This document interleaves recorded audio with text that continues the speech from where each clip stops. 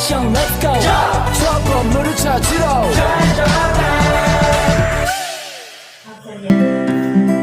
Assalamualaikum warahmatullahi wabarakatuh.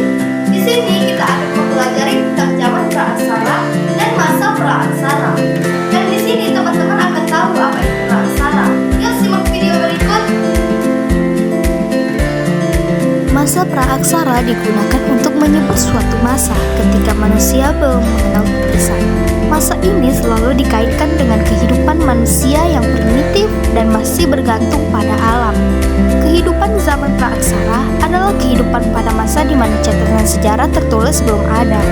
Masa praaksara disebut juga masa prasejarah atau nirkala. Masa praaksara adalah zaman sebelum ditemukan tulisan atau zaman sebelum manusia mengenal tulisan. Dari zaman praaksara hingga zaman sekarang bisa kita lihat dari gambar di atas. Gambar di atas menceritakan tentang proses perubahan manusia purba ke manusia zaman sekarang. Bagaimana cara hidup di masa praaksara? Pada awalnya corak hidup manusia zaman praaksara dengan cara nomaden atau berpindah-pindah. Kemudian mereka mengalami perubahan dari nomaden ke semi-nomaden. Akhirnya mereka hidup secara menetap di suatu tempat dengan tempat tinggal yang pasti. Zaman praaksara terbagi menjadi dua, yaitu zaman Paleolitikum dan zaman Mesolitikum. Pada masa Paleolitikum, seluruh aspek kehidupan manusia purba sangat bergantung pada keadaan alam dan lingkungannya. Manusia purba pada masa ini hidup secara berpindah-pindah atau nomaden, secara berkelompok.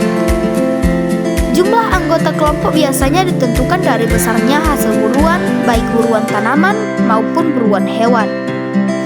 Sedangkan zaman Mesolitikum, pada masa Mesolitikum, corak kehidupan manusia purba masih bercorak berburu dan meramu.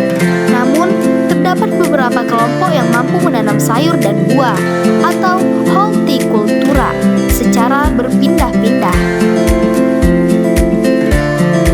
Berikut struktur sosial pada masyarakat praaksara. Penyampaian kebiasaan dilakukan dengan cara bertutur atau berbicara secara lisan. Maka, karena penyampaiannya dilakukan secara lisan, kemudian dikenal istilah tradisi lisan. Seperti yang teman-teman ketahui, animisme adalah sistem kepercayaan yang memuja roh-roh nenek moyang. Masyarakat animis percaya bahwa nenek moyang mereka masih hidup di alam baka.